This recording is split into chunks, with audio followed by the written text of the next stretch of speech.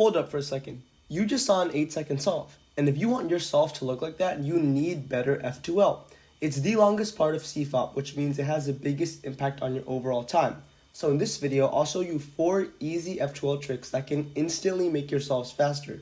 So without further ado, let's get straight into it. First trick I'm going to show you guys is a sledgehammer. And this L can actually help a lot. For example, in this case, if we solve our F2L pair the standard way, like so, we end up with the .olo. But if instead we use a sledgehammer, which is just R prime, F, R, F prime, we don't get a .olo. And that matters because .olo cases are the longest olo algs. And just by changing a 3-move insert, are we able to avoid them. And it's also super easy to recognize this case because all you have to do is check to see if any of your edges are oriented.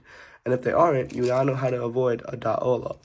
And there's also a super nice alg that you can do with the sledgehammer, and it happens when your pair is like this and it has to be inserted in the back. And what most people would do is they would take it out and do something like this.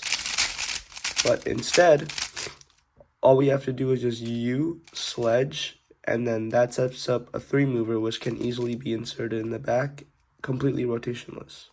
The second case is something that I use very often, and it happens when you have your corner over here, your edge over here, and the pair has to be inserted in the back.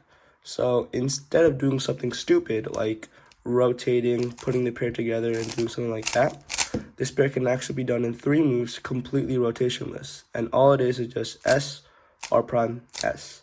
And now it's solved. But I will say though, it takes a while to get used to because of the S moves. But if you do get the hang of it, you can start to use this case to set up difficult pairs. Meaning like if I've had this case and I had to insert it in the back, instead of rotating it and doing like that, all I need to do is just set up the insert and insert it in the back, like so. This third trick is something that I use the most often, and it happens when you have your corner over here, your edge over here, and you have to solve it in the front.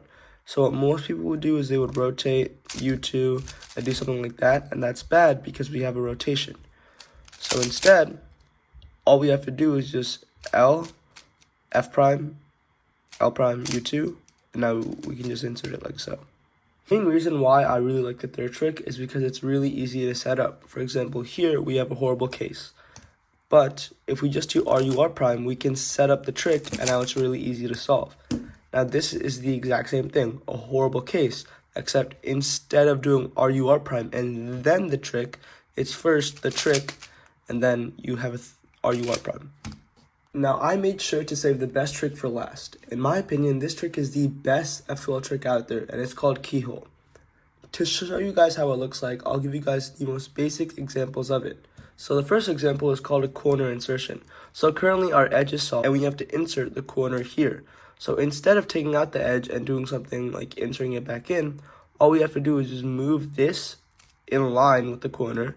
So now our corner can be inserted over here, and now we just have to move it back in line with the pair, and now it's solved. Now the same thing can be said for this, but this is different because our corner is solved and our edge has to be inserted here, but it's the same principle. For move our solved part out of the way, next we insert the missing part, and then we move our solved part back in to solve the case. So to end the video off, I'll be showing you guys my favorite keyhole algorithm, and it happens when your corner is over here and your edge is over here. And the algorithm itself is really simple because all it is L, wide U, L prime, wide U prime, L prime, and now it's solved. And this case can also be mirrored to the opposite side. So if my corner was here and my edge was here and I had to solve this case, I would just be doing R prime, wide U prime, R, U, R. And that's about it for the video. Thank you guys so much for watching. Please subscribe and like the video, and I'll see you guys in the next one. Peace.